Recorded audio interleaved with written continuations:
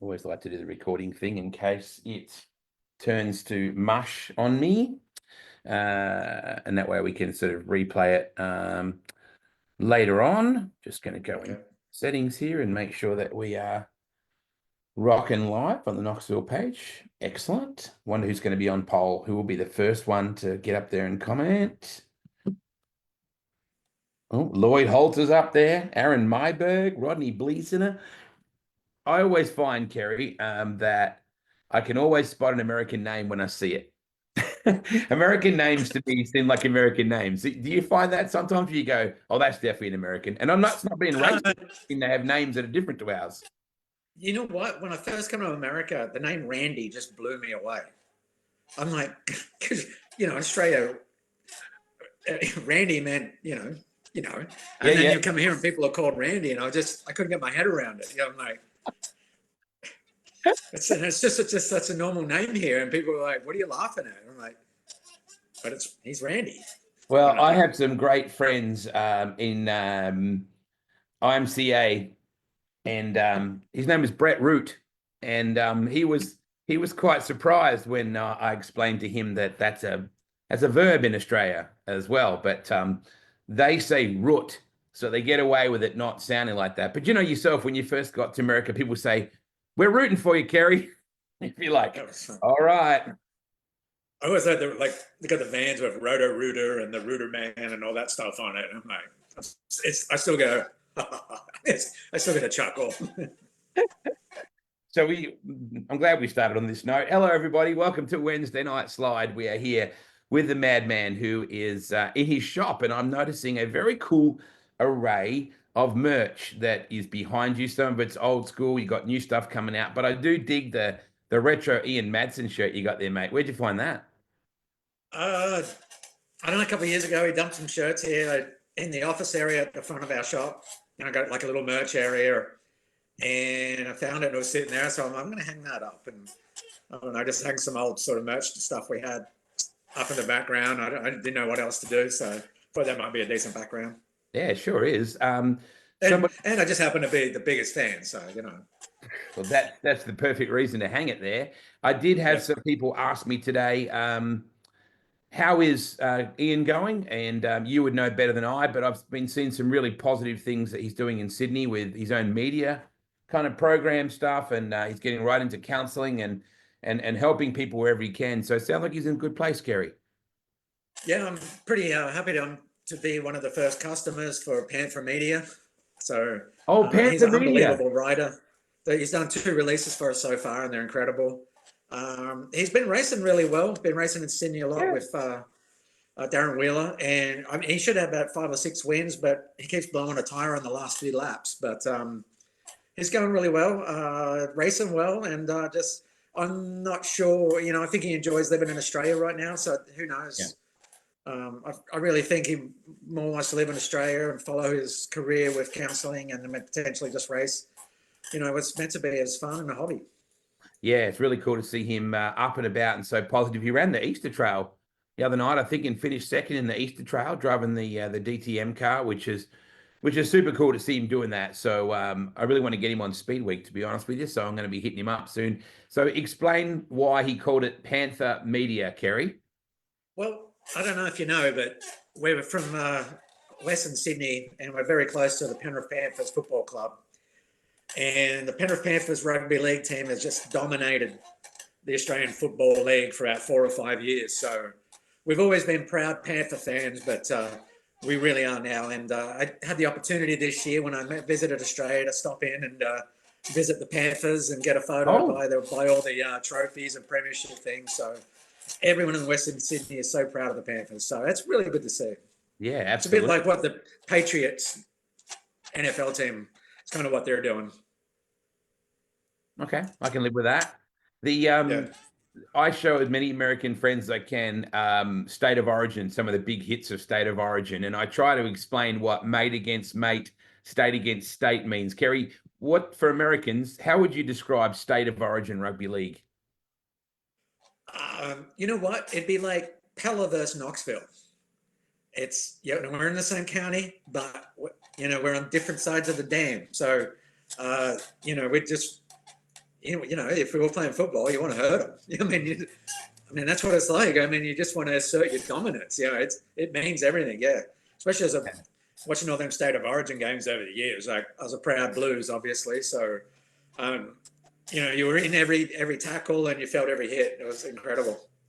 It's kind of similar to, I guess, to the Huskers in, up there as well in Nebraska, Hawkeyes. Very similar to the Hawkeyes versus Iowa State, the Cyclones.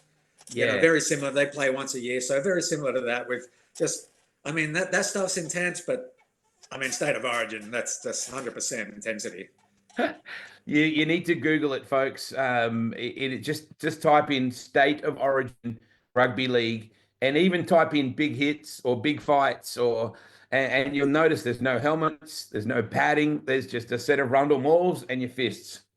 I used to say we didn't have helmets because we were tough, but I think we don't have helmets because we're not that smart. So, but it's still, I love both games anyway. I love NFL, I love rugby league. So yeah. It takes a bit to understand NFL, but when you do, and I'm a huge college football fan, there's a Hawkeyes mini helmet up there somewhere. But it takes time to understand. You watch all those movies and they talk about, yards and scrimmage and all that sort of stuff. And you go, man, like, what the hell are they talking about? But remember the Titans, greatest football movie of all time. Yeah, it's good. But I always struggled with the holds. Yeah.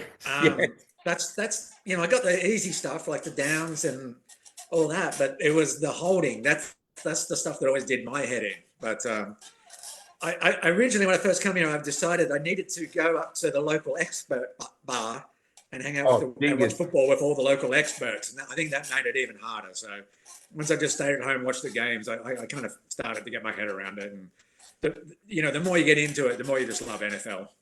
There's a cultural experience in watching AJ from Dingus watch a Hawkeyes game. If the intensity in that is next level. Yeah, it is. I have attended a few of those games up there, but it's definitely fun when they win. When they don't win, it's it feels like the world's coming to an end. But it's a lot of fun up there for sure. My last, generally what I try to do before I come home each year is to go to a Panthers game at Knoxville. I just love it literally looks like you walked onto a movie set. Like for us Aussies, right? To Americans, it's like, well, that's what they do. It's like, but there's the band, the cheerleaders, the pom-poms, the tossing, all that sort of stuff it's just such an incredible experience. It's like being on a movie set.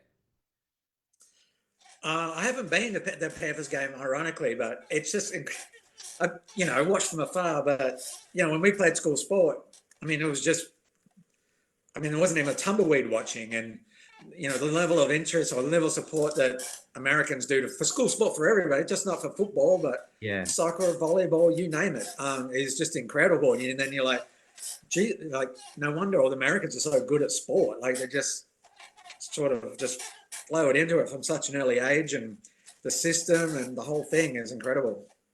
I often say to Aussies that Aussies love sport, Americans live sport.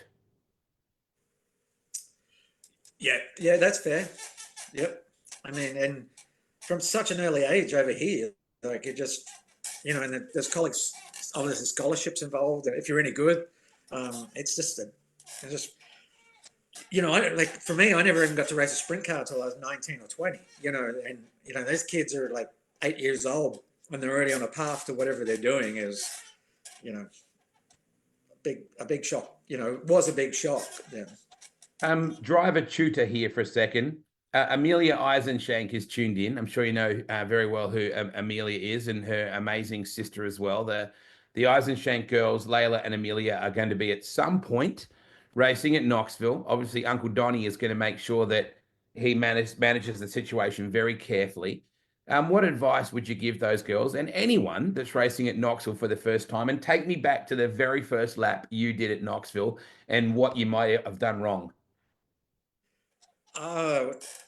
Interesting question. I don't know what advice I could offer them that they're probably not going to get for free, but honestly, just watch this. It's so much easier today. There's so much video out there. Just watch a lot of video. Watch video. and watch the race cars for me. Like get out in between races, get right out on the corner and watch the cars. And just as far as the first lap, I mean, I can't even remember the first lap. You're sort of more, and Knoxville, you got to understand too that in Knoxville, when there's grip, it's pretty easy. If there's grip everywhere, it's early, they just prep the track. You can get around there pretty smoothly. When the cushion gets against the wall and there's a bottom, then it gets a little more technical. But I don't know. Just the more you can prepare yourself mentally, the better you're going to go. The better you can adapt once you get out there, I feel like. So Skip always tells me, I always wheel people straight over to Skip. Aussies, when they get there for the first time, I say, come with me. I say, Skip, talk to them. Because he said to me that the biggest thing that he always takes from it is don't turn in at the flag stand. Like that's one of the really big no-nos. Yeah, no, that's definitely good advice. But I would just counter with just, these sprint cars don't work right unless, the throttle's open and you're pushing hard. So, I mean, if they've raced plenty, I'd just go get aggressive with it and it's just a track, drive it. They've obviously, the cars will be good. They've got plenty of advice from Donnie. I don't know, just do it. I mean, I don't know, Nike logo stuff, just do it. And yeah, don't be afraid. Now, you've got the noisiest chair in the history of workshops. I know. I did everything right, but WD-40 my Have you got another chair? Because I know you're a fidgeter. Like you always like to move. So have you got another chair? No. Yeah. Get it. You got 2 seconds? Yeah, it's worth it. The spontaneity of live Facebook. Hello, everybody. Great to have your company. Millsy, I see you're tuned. One of the banner boys. Good to see you here. Justin Clark is tuned in the garage. We just talked about his Huskers there. Yeah, that'll be better. Oh, how's that? Perfect. How long did it take you for you to get your first win at Knoxville? Second race. So 2 races, yeah, 14, yeah. So, and ironically, the guy I beat was Skip. He actually had me passed. From memory, he had me passed, but the yellow had come out, and I got put back in front of him, and I held on for the win. So did you go? Well, this is easy. What the hell people talking about? I didn't go. This was easy, but I was probably a bit. What's the word? More hubris about the whole thing than I probably should have been. Yeah, but it was still. I mean, I'd raced in Ohio before, and I've been in Eldora, so I'd been on half miles. So, I felt like I always liked them. I was good on them, so I didn't think it was that big a deal that I could come here and win. But now, in saying that, I didn't win another one that year, so it wasn't as easy as I thought. And Knoxville is a different animal. It definitely has its own little idiosyncrasies like every other track does, and it's still to this day is when everything's right, it's thing, but it's hard. It's just as hard as Williams Grove or Port or every track is so, even Kwinana, every track anymore. The locals are so tough, and it's such a unique track everywhere you go. It's hard. I'm going to say it was 94 or 95 or thereabouts at Eldora, and it's the nature of what the guy said. Not that I want to relive your crash, but you had a massive get off in the 29, I think it was. And I was at Bill's Bar, St. Henry's nightclub there, not far from Rossburg there. And the guy held up his beer to you and said, here's to the Aussie that crashed and burned. It was a real tough lesson that he did learn. Here's to you, Kerry. And I'm thinking, wow, that's a really heartfelt speech. But the culture around Eldora, and you had, would I say the biggest moment in your life happened at Eldora? Not that one, but no, not really. I don't know. I mean, crashes are just part of it. If you're gonna, be good at, at that time, the fastest line was right on the wall. So it's my favorite line, but I don't know. That's part of it. I don't. Yeah. Yeah, I don't know. But revenge came. right? You got to wear a very, very funny hat many years later on, which must still rate as one of the greatest moments in your sprint car life. And I know we talk about the kid from St. Mary's a lot and all that sort of stuff, but it's a pretty polar opposite swap of points on the world, isn't it? To be a King's Royal, guy to living in St. Mary's playing rugby league with your buddies. Yeah, definitely from when I first went to Eldora to watch, at that time, like Steve Kinzer, Swindell, Blaney, Bobby Davis Jr. You said, oh, I want to win this race, or just win at Eldora. So I guess to achieve that or get that done, I guess, I don't know. It was pretty big. You're called King Kerry forever, mate. But it doesn't go away. I felt like I got shafted in 2010, so to get the job done in 2014 was fairly gratifying. Yes. Yeah, absolutely. It's incredible to think back over the years that you've raced against the luminaries of probably almost 3 generations now, Kerry. You've had guys, at the end of their career, the legends. Then you've had guys that have come on to be like the Donnies of the world and people like that. And now you're racing against the Larsons and the next era of that. So you've been through, between the 90s right through to 2025, 3 generations of the toughest competition in the world. Yeah, good question. I've always said that there's just always someone that's tough. I feel like I really got going probably when Steve Kinzer was still pretty much in his heyday. Obviously to me, that's the GOAT. He's my GOAT. The guy will run over here and laugh about it after the race and go, I had to do that. I wasn't going to win. So what are you going to say? Yeah. So, there's just always been incredible, obviously Donnie's just run second to him numerous times, second at the Nationals. And if you just hiccup a little bit, he's always going to take advantage and beat you. Larson now obviously is probably, he's the premier sprint car guy right now too. So same deal. And I've been there too, where when you're on top of your game, you just know what you can do. And, that all comes from, all them people I've mentioned, they've all been in the same thing, to have the same situation for 3 or 4 years or 5 years or whatever it is. So being that, you felt like you've been there and you know what funny story, we had the Caneric thing and we thought we were pretty good. We were pretty quick. And then I happened to drive for TSR for a couple of months in 2021 and we did really well with Ricky Warner and Ford, won a few races.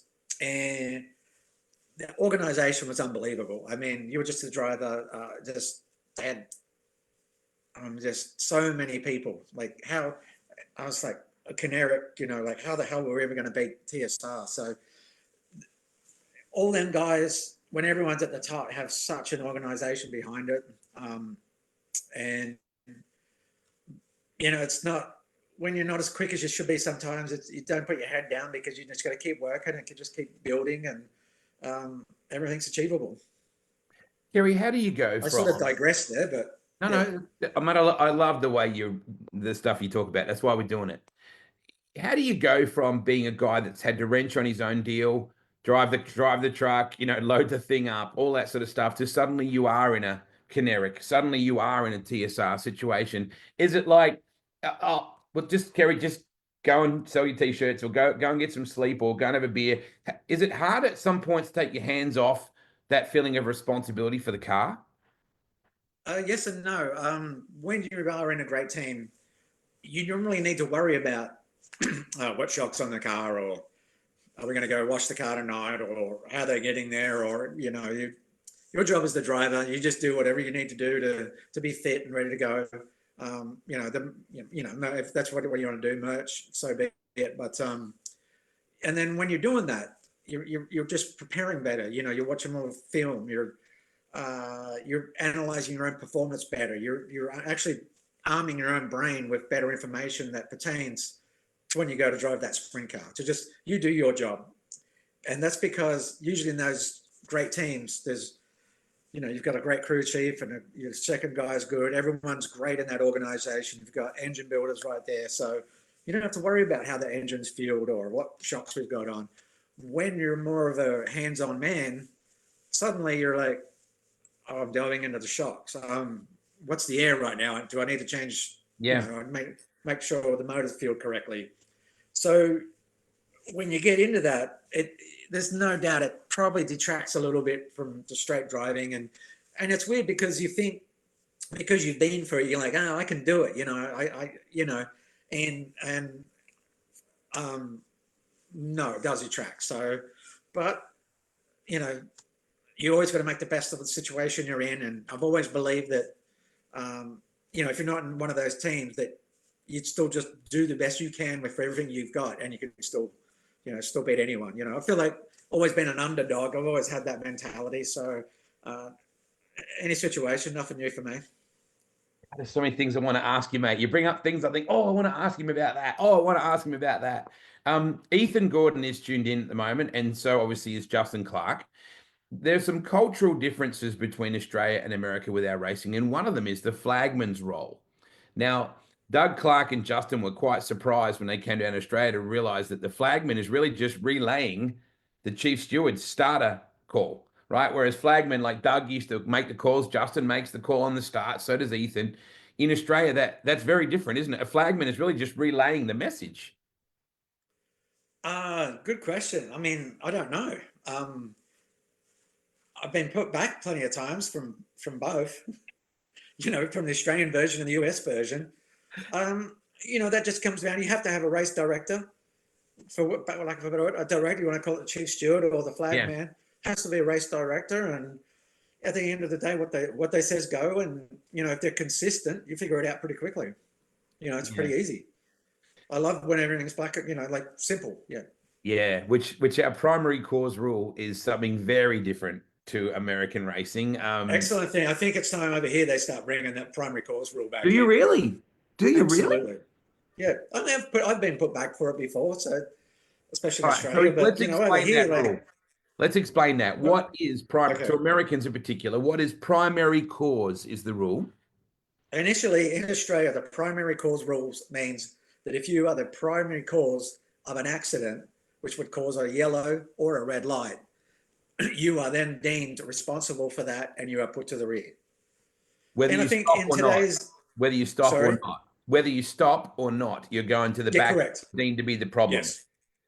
Yep. And in today's age where we got such definitive video evidence half the time, like it was, look, for me starting, it was a great, you know, who wants to be a very young and going out and crashing everybody, like, you know, it's part of the learning curve. You know, I'm definitely not preaching, but I just think we should look at bringing it in really clear instances. Yes, absolutely. So try, no You know, try. if it's 50-50, then you just go about it. But yes, yep, simple. Wow. I was in 96. I was over in Ohio at a place called Millstream or Flag City Motorsport Park, and I was helping the Yep. promoters there run a few shows and do some stuff. And I said, we're going to have, I was doing the driver's briefing and I was very nervous.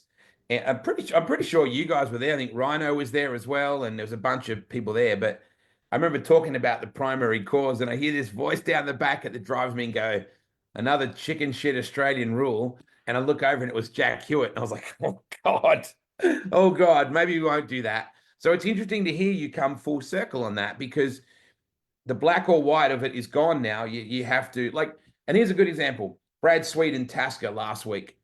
So then the flagman would have to make a call. Was that Brad Sweet's fault or Tasker's fault? So what happens then? Not asking you to comment on that specifically, but that's the example. Yeah, I mean the race director. That'll go back to the race director, and you know, there's the evidence. You're setting the rules.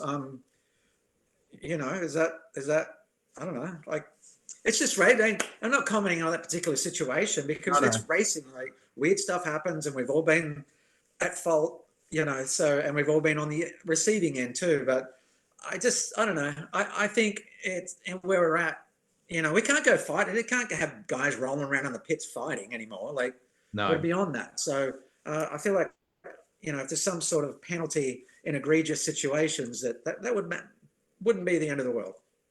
You got to announce with us at the Classic a couple of years back, which I had a blast with, mate. Like, it was something you and I talked about over a cocktail at A&P, and I wasn't sure you were 100% serious, but turned out you were, and we got to do the Saturday night of the Classic together, and you brought so much to it, particularly the whole dodgeball, feel and vibe to it as well. But we got to play that really legendary video clip of you and J-Mac at Archerfield when you were prime Kerry. That's when you were a little bit less manageable than you are these days, mate. And James had given you one of these when he'd walked away, and you were strapped. I think was it the Wanless car that you were in? Yes. And they had the onboard in there, and David Tapper's going, and Kerry Madsen is absolutely filthy with James McFadden. And Justin Manise goes, well, because JJ's a great guy. He's like, well, that's just the passion that Kerry has. And you literally look like you could have reached through the roll cage and grabbed him with your bare hands. So the problem with that, the camera was only on me. They weren't showing what he was doing. It was egging me on pretty hard. He did that. I think he was giving me all kinds of signals back. So it was just it was friendly banter, Our problem is I got screwed on the deal, but I tell you, we both got screwed on the deal because whoever owned the video to the YouTube, I think they did pretty well out of it, and we didn't get any royalties. No, but there's plenty of that goes on, if you can, there's plenty of that goes on. Anytime you always see two drivers on a red light when they pull up together, there's going to be a bit of banter. Run up or try and listen to see what's going on. I think I heard one from Keating and Brad Sweet. Yes. That was a pretty good one. So it's always funny when it's not you. When it's you, it's not as funny. It's kind of humiliating, yeah. And no one ever says anything intelligent in those situations, especially me. It's never like, oh, hang on, he's right there. It's like, yeah, you don't want to get to that point. No. I have to say though, I did have someone tell me I was right once in a bit of an argument. I took Steve Kinser out. I took Steve Kinser out one night. I can't remember the thing. It was my fault. And he wanted to kill me like a gorilla. And he pretty much had me and was going to kill me. And I went, where do you think I learnt that from, Steve? And he went, I said, I learned that move from you. And he went, yeah, you're right. And put me down, and I survived. So, win. In Mildura, where I live, there's Speedway royalty on a motorcycle perspective. Lee Adams, it's his home here, a 10-time Australian Speedway champion. When I look at video of him racing in Poland in the height of his career, he was godlike status, Kerry, 50,000 people chanting his name and flares and the whole bit. We come here and he rolls down the street these days in a wheelchair and has coffee. People go, oh, how you going, Lee? How you going, Lee? And I remember Con Migro saying to me many years ago that man is without honor in his own hometown. The guy's a god in Poland. He's just Lee in Australia.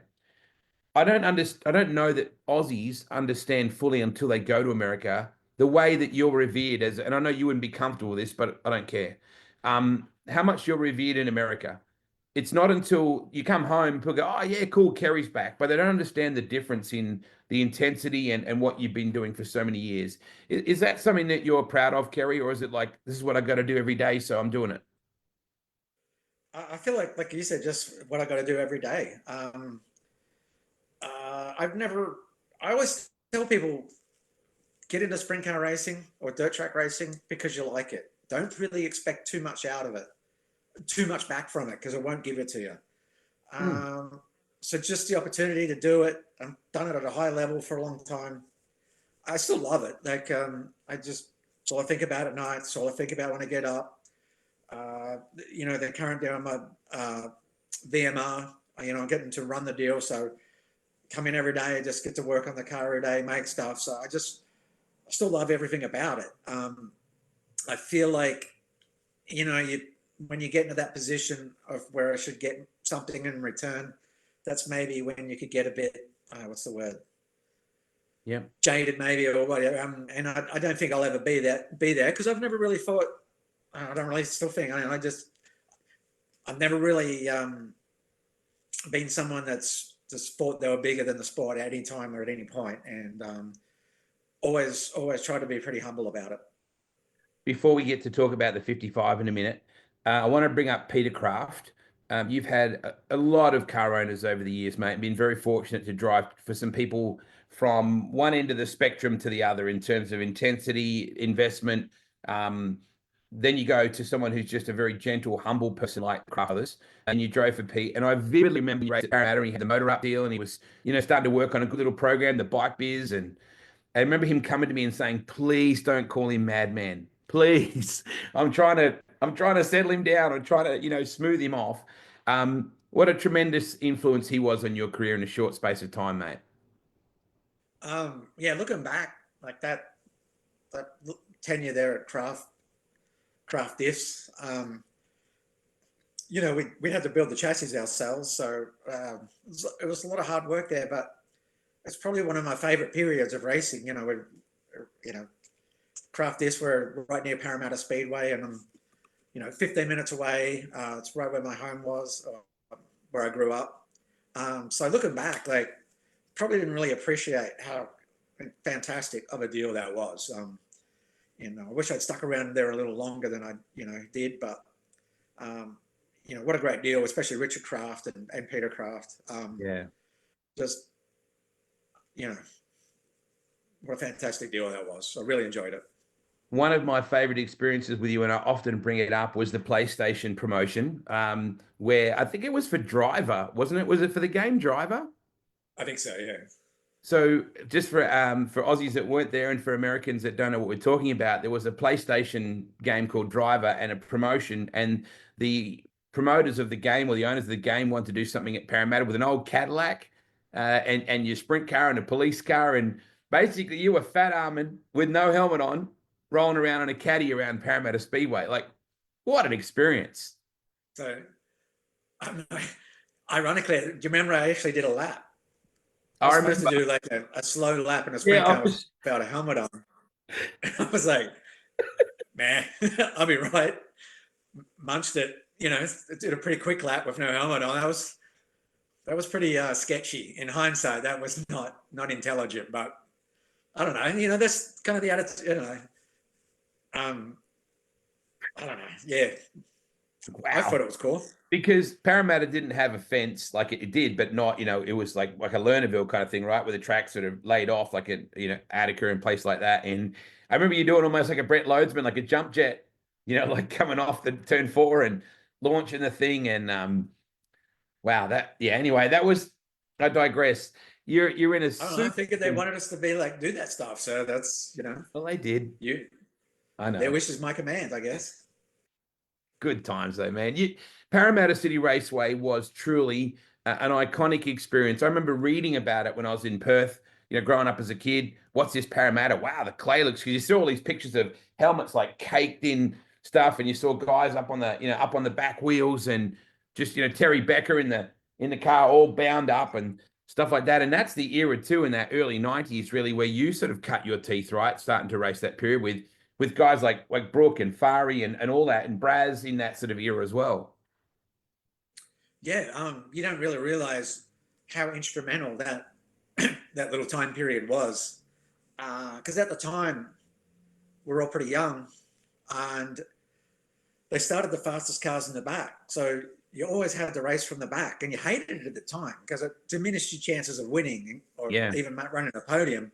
However, the racecraft that you got from it was incredible, and like Brazier and Brooke and Fire, all the racecraft. The younger guys haven't got that opportunity because of the formats, and everything's so much tougher that you just can't start at the back anymore like you used to. But I used to have so much fun starting the back, and just just the moves you can make, and it was just incredible what you could do. It was so much fun when you got it right. Obviously there was some moments, but in general, it was, and you were young and you didn't care, so you took some pretty big chances. Yeah. You were on my mind on the weekend. We had the Australian Modified Sedan Championship, and Nathan McDonald raced his brother Shane. They were side by side for 22 or so of the 40 laps. I mean, like side by side. And it was like that whole UFC. I'm sure you remember that movie Warrior. He's not your brother. He's in the way. And it took me back to that Australian champion, and I actually referenced it, the Aussie title with Ian. Explain what that was like, and for the American folks that might have missed that, that was the last Australian Sprint Car Championship held at Parramatta, and you and Ian getting after it. Explain that race and what that felt like for you. Um, we won it, and I was with Kerry Racing at the time, and we were sort of top of our game at that time in that car. And I feel like it was pretty. We did everything right. We were a quick time, we were top points, won the prelim, did everything right, and I'd won it. So you're happy anytime you win in a title. You're happy. It doesn't matter if you're the favorite or 10-1. But it was a bit heartbreaking to see the disappointment on Ian's face for running second, because unfortunately with an Australian title, it's win or go home. It's great to get a podium, but the guy that wins gets all the credit. Gets next year he's got the number one. That's all the it's it's a blue ribbon event. It's like winning the nationals. It's one of them races there. It's win or go home. So to see the disappointment, I was sort of, I'm still thinking he's still got an Australian title in him. So hopefully he can get one back from that. Yeah, absolutely.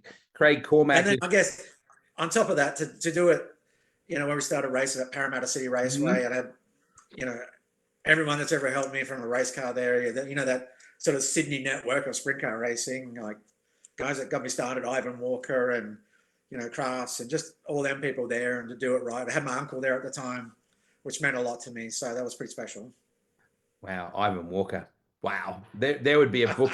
That's a book you could never read or write. But wow, what a story that is. Whew. Yes, too short a podcast for that. Moving right along, Craig Cormack is joining me as well, which is super cool. Craig, I don't know if you got to catch up with him. You would have, yeah. He came over. Yes, I did. Yeah, which is super cool. Craig and Linda came to Australia for that week to watch the Classic and the King's Challenge and President's Cup, and I know they had a real blast doing that. They used to own Eagle Raceway. They owned the one BK. Were involved with the Outlaws as well for a time there as well, and owned restaurants as Craig calls it, which is Burger King's. Mate, to move on to what you're doing for this year with your program, a lot of people might not know you're a part owner of the team with Anthony Vermeer, yeah? Yep, we started this JV, started last year. I was sort of, I don't know, did I want to try and get another ride, or it's hard. It's, I'm not very good at the business personal thing. Everything to me is personal. I generally try to put my heart and soul and commit. And then every time you start again, it's just like, you got to pick yourself up again. So just the opportunity to maybe be a bit more involved, have a bit more stability is the wrong word because it hasn't turned out that way, but just a new challenge. And then we did pretty well last year, but I just really struggled for consistency. But so I underestimated how hard it is to do things post COVID. It's just hard to get engines. It's just everything's so much harder and so much a bigger time frame than it was. In saying that, starting this year, I feel like we got some. Tony's really stepped up on the. Yeah. We got some engines behind us. You never have enough budget, but we got some cars, and pretty excited for the coming year. And feel like we didn't race well at Knoxville the other night, but we qualified well and he raced well, so I'm pretty excited. Still April, so there's so much racing coming up, and I feel like we're going to hit a lot of it. We don't have a set schedule. I want to keep us pretty loose, but we will sort of obviously be basing out of Knoxville and just doing what makes sense and try and do as much as we can. If we need to come home for a week, we'll be home, or if we can go, we'll go. And obviously it's still all about the major races. So you're always, everything circles around the major races. So we'll see how it goes. So do you sit down, at least with some sort of all the schedules, and you look at, at least that say Husitz is always on the Sunday, right? That Knoxville is always on the Saturday. do you look at how much it pays to win or how much it pays to start? Is it always a focus on how much it pays to win, or how far away is it? How many motels? What do you factor in as a car owner as well as driver? I figure right now we'll sort of do a radius, mile radius. Um, to me, I look at, I want to go race with the outlaws or the high limits. So that's a major factor. Like, there's no point racing somewhere where there's no TV or no broadcast and no one's even heard of it. What's the point of that? So you obviously want to go where there's a bit of notoriety. So high limits, outlaws, Knoxville here on a Saturday night, Huset's. Huset's is always fun on Sundays, and has a great audience. So obviously, when you get all those schedules, you could do 150 races if you wrote down all the schedules, but it's just not realistic. So I feel like we know what we want to do. Knoxville Nationals, Eldora, Future Tie Banks. You know what we want to do, and then we'll fill in the blanks in the middle with what makes sense. We've still got new relationships with our engines and Charlie Fisher's there, or James and Charlie Fisher. So we're still building. We're still in build mode. So can't just go hell for leather on racing. And we're still probably personnel. We're a little short on personnel as well. We need, we're just like every sprint car team, looking for some more help. But all those factors will determine. And we have a rough weekend. We might stay here at Knoxville. Like, everything's going well. Like, who knows? But fortunately, we've got some great sponsors with this deal. Tony's put together some really great sponsor package. So really excited. The 55 is such an iconic number, no matter what way you place it at Knoxville in particular. When you go back to the Jensen construction stuff with Max back in the day and Skippy, and so many people have driven around that number. And Tony's legacy with that gorgeous, Vermeer 55. And this is, I think, the best looking 55 I've seen, to be quite honest with you.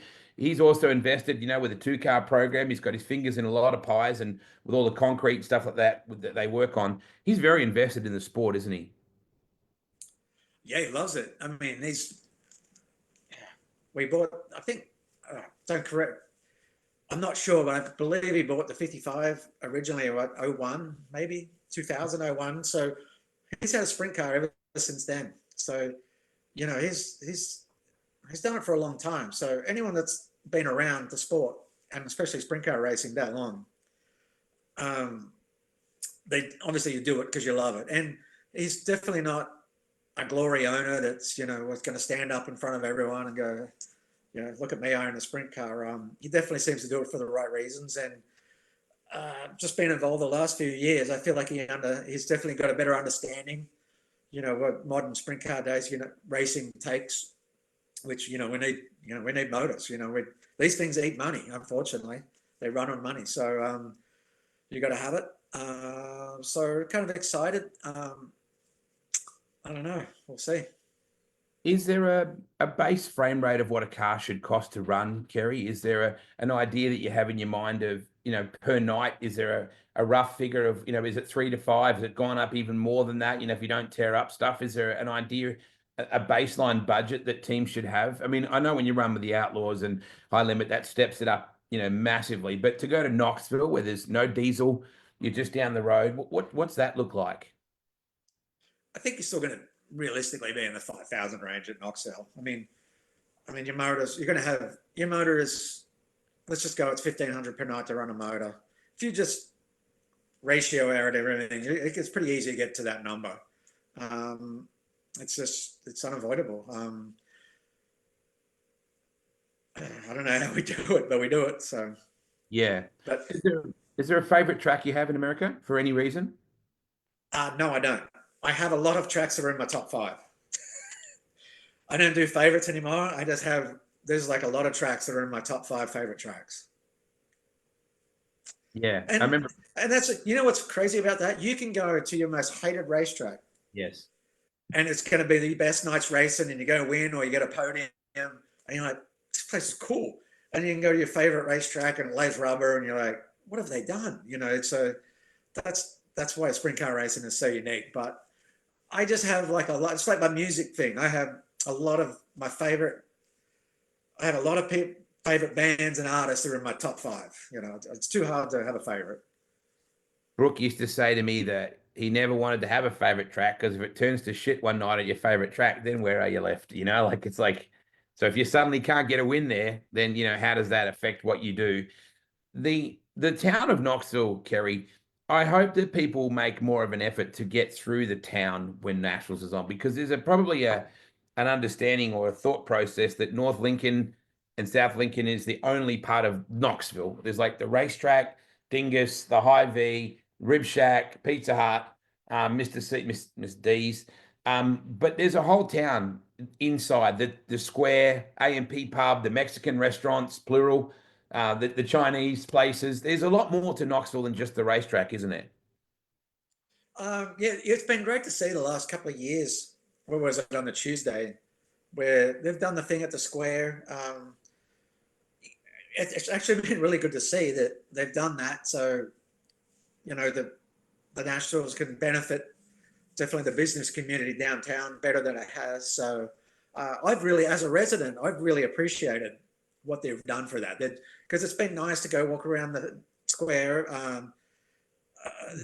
know the locals love it, and there's a few bands, and it's just I do know the locals really appreciate it, and I like to see that you know the fans come down and support it and support all the businesses. It's been great to see. Your shop is just across the road from an iconic building in terms of American culture. Unfortunately, video shops are no longer, mate. But was it the Blockbuster? Was that what it was originally? Yeah, it might have been. No, originally it was a grocery store, I think. Was it That was before I got here. And then I think it was a Blockbuster, and then it morphed into a Video Easy, yeah.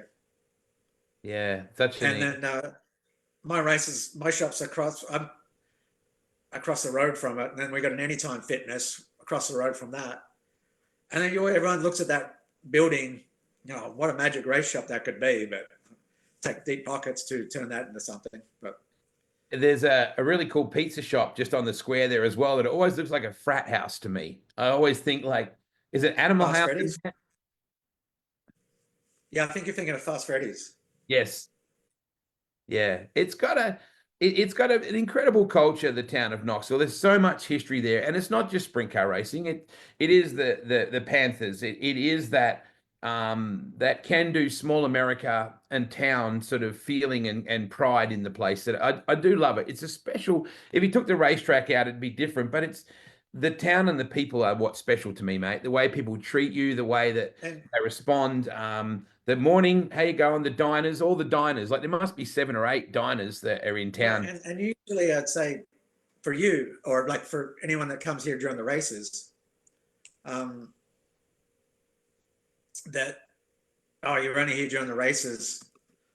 You still there? You're Yeah, only here mate. during the races, so you know you think it's cool. But I seen you've been here when it's in October or November when it's cold and it's a little more shut down and there's no racing going on, and you know you still love it. So I just thought that's pretty cool. Yeah, it's a great place. When you drive through those gates that turn 4, those incredible gates, do you still get a sense of, you know, holy cow, or is it always jobs on? So every time I go to a racetrack, I get the most anxiety driven. Um, Really? my anxiety level goes up here.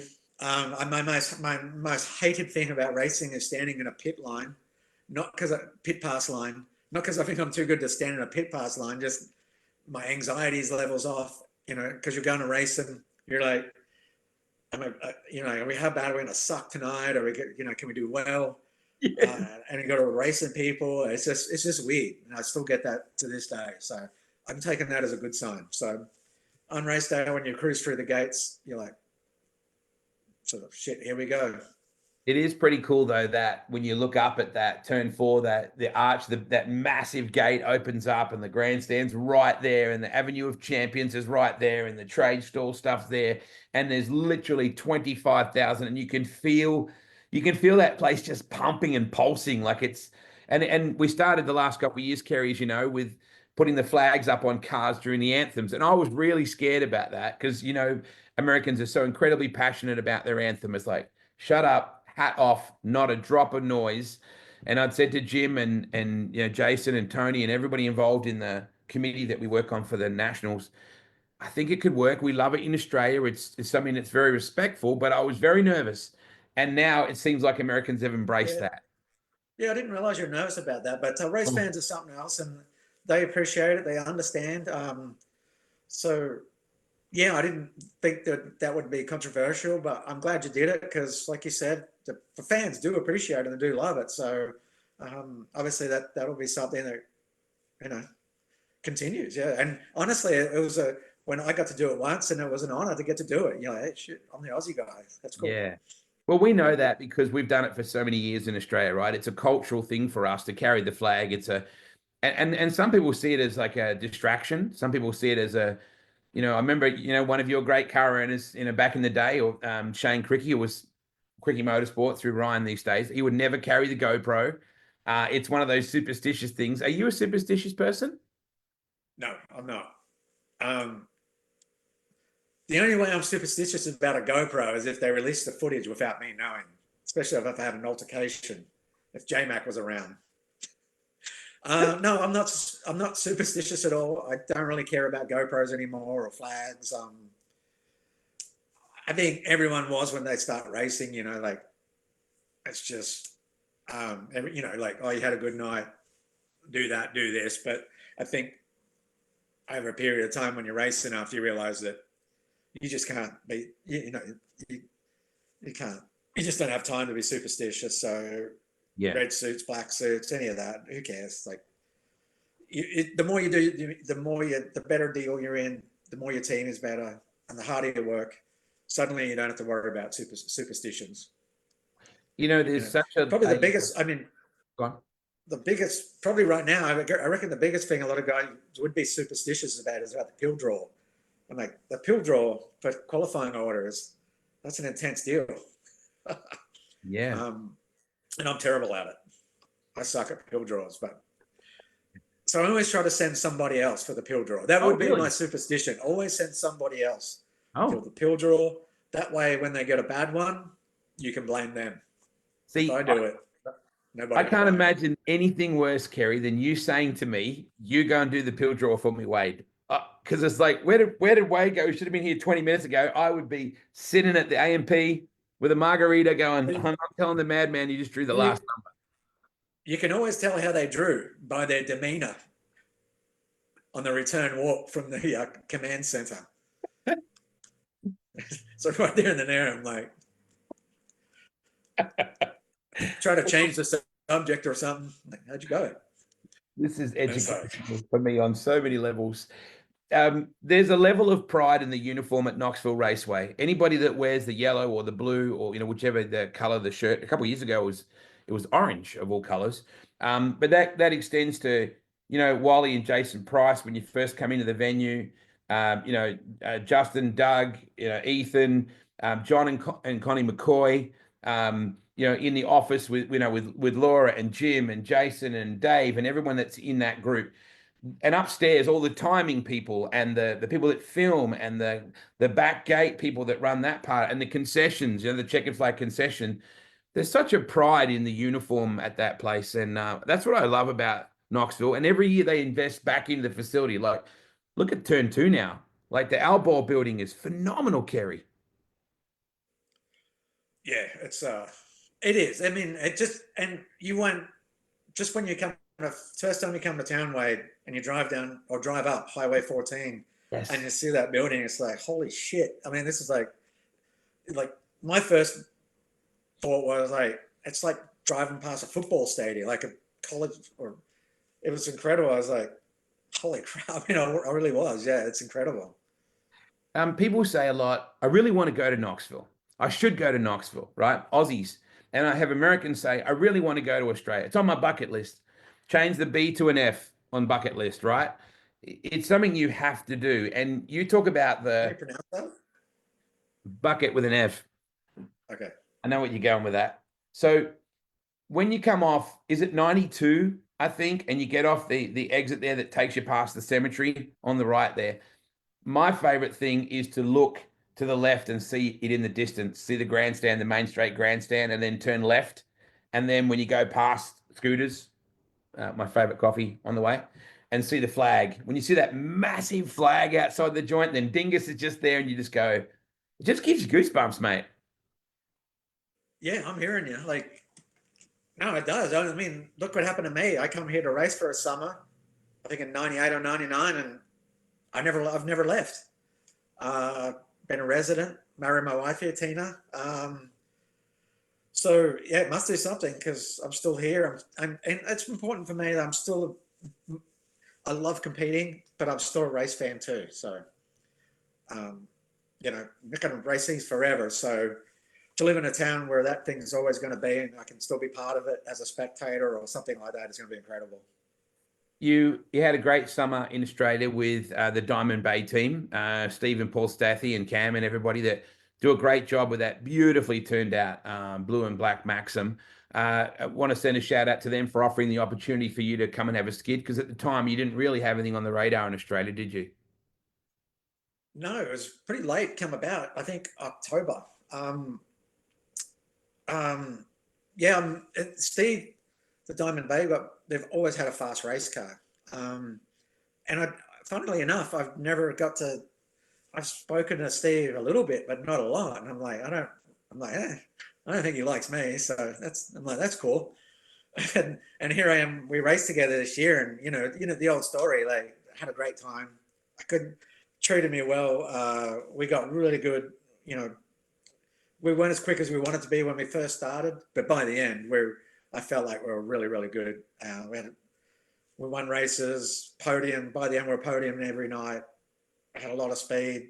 I wish we were just starting over there. And for me, it was a great fit. I really enjoyed with Steve and Paul.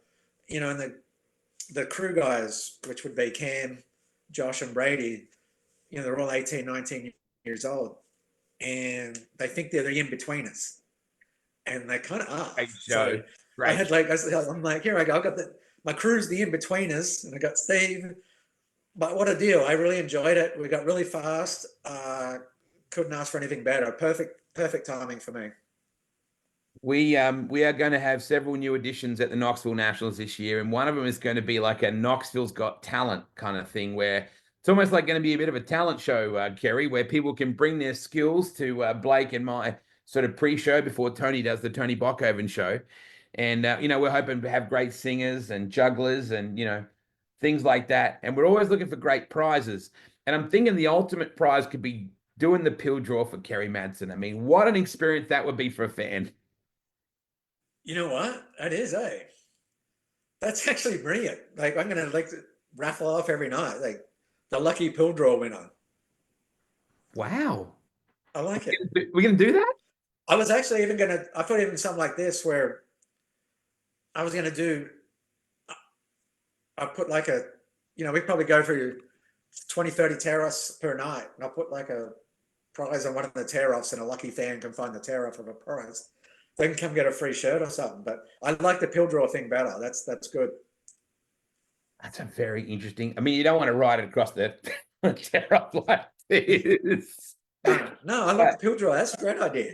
The Nationals pill draw. Yeah. So you're prepared to put that whole critical mass. I do Nationals pill draw. Yeah. Nobody wants to draw for Nationals anyway. Write this down, Jason Reed. This is good stuff. And then how rude would it be for Knoxville to give this person a bad number?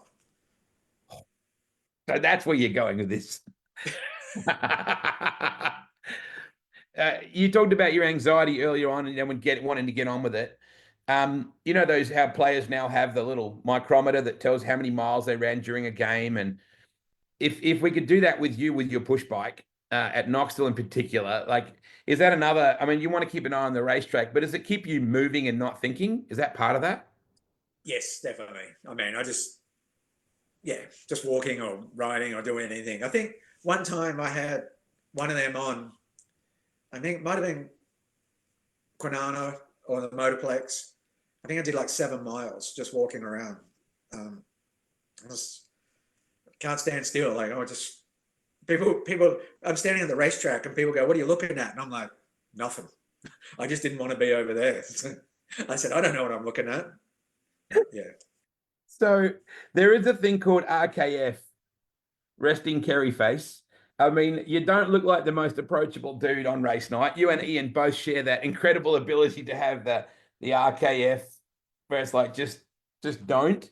But yet, when it's the right time, you'll chat with anyone at any time. I always sort of stand back and you go, you want to chat? I never just walk up and go like that. But there is a time, right, when you enjoy that. Yeah, probably. I'm not. I'm just thinking. I mean, you're just sort of visualizing things and thinking. You're not like angry or aggro or anything like that. I mean, you might be aggro, but in general, to anybody, no. And it kind of sucks that's it's like work. Like I don't know. Some guys can do it really well. Like just I can't. Like I don't know. You don't mind a game of poker though, Kerry. So you don't really have a poker face. I think what's on your face is what's on your face, right? It's like you're not hiding shit. I'm not very good at it, so I must have. Yeah, I don't have a poker face. Somebody is watching at the moment that just corrected me on which the highway was that you were talking about. And if I said that, if I read out the words that he put on this message in his voice, see if you can guess who it is. Highway 5. Doug. I don't know. So Doug. Right. Yeah, it'd be up at the corner pub. Yep. Cool dude. Yeah. Mate, thank you so much for hanging out tonight. We've been an hour just BSing. You're a very good announcer, mate. I really, wherever possible, I said I want to actually. You didn't have me back. I was all primed for my second round. I'm like, I obviously wasn't very good because no one mentioned about coming back. People loved it, and you know that because you got lots of messages, didn't you? Can I say, when I did that, it gave me. I mean, I always knew you and Gavin are incredible at your job. Everyone knows that. But I don't think they realize until you go in the infield and hold a microphone how good you are. I mean, it blew me away. And then I just felt like I had to like scramble and find something so it didn't look like I was frozen in the camera. But I think like second time around, I'll be a bit prepared for it, and I'll do better and be better at the color commentary during the race. But no, and the funny bit, Wade, is that when I was helping you announce that, you're a fan, you're a race fan, and yes, you could just you're not what usually when I watch a race, I'm watching where the lines are, who's quick, yep, what line's quick, what's what, but when you're doing that, you're more of a race fan, and it's weird, it's such a different experience, yeah. And I can't thank you enough for that opportunity to do that. I really was a lot of fun. All right, so you're locked in then for the classic for this year coming. All right, we'll lock you in for the night you're not racing, the Friday night Saturday. We'll find out. Deal? Deal. Sweet. Knoxville this weekend. It's craigford.com night to kick off the season. The Outlaws last weekend, but this is the week that the season starts for the Knoxville Track Championship. So good luck this weekend. Thank you to Tony Vermeer and also Doug. That guy's got a fantastic voice. He should be a singer. He reminds me of Toby Keith. He's got such a gorgeous, deep American voice. Should be a breakfast announcer or a singer. Yeah, it's some sort of old school baseball announcer or something. Yeah. Yeah. Good timing. Yeah. So our Knoxville's Got Talent Quest. Will you promise me you'll at least be one of the judges for us on that? If not, bring the 4-string guitar and play something for us. Potentially, I'll definitely do the judge thing. As far as any performance, I'm not sure. I mean, if it's nationals, I don't need to like absolutely get my anxiety level to 100. So we're going to work on that contest. Performing in front of people is not my thing. Someone is definitely going to do a number for you. It's not going to be me, but we'll film it. That's going to be great. If they just start legging it and heading to Dingus, we'll know that that's not the number you wanted. I mean, there'll be, if they draw a really good one, we'll be really receptive. Yeah. So good. And we'll get Knoxville on there. So they'll know to make sure that they give them a good number. We'll make sure we'll get a charity involved. We'll make sure it's all worth it. Oh my God. I hadn't even thought about that. Have a wonderful night, Kerry. It's always good to chat with you, mate. Okay, mate. Oh, how good is that? Kerry Madsen. That was just super cool. Don't you love the passion that Kerry still has for this sport after so many years? Knoxville's an incredible place, folks. If you have never been, um, just go, whether it's Australia, New Zealand, or England, or bloody Nebraska, or Iowa, or California, or PA. Just go and experience it. You just have to. Hello, Jay Van. Good to see you, mate. Good night, everybody. Hope you enjoyed the Wednesday night slide with the madman, Kerry Madsen. We'll see you very soon. Be safe, be kind. Just love the sport to love, not love the sport to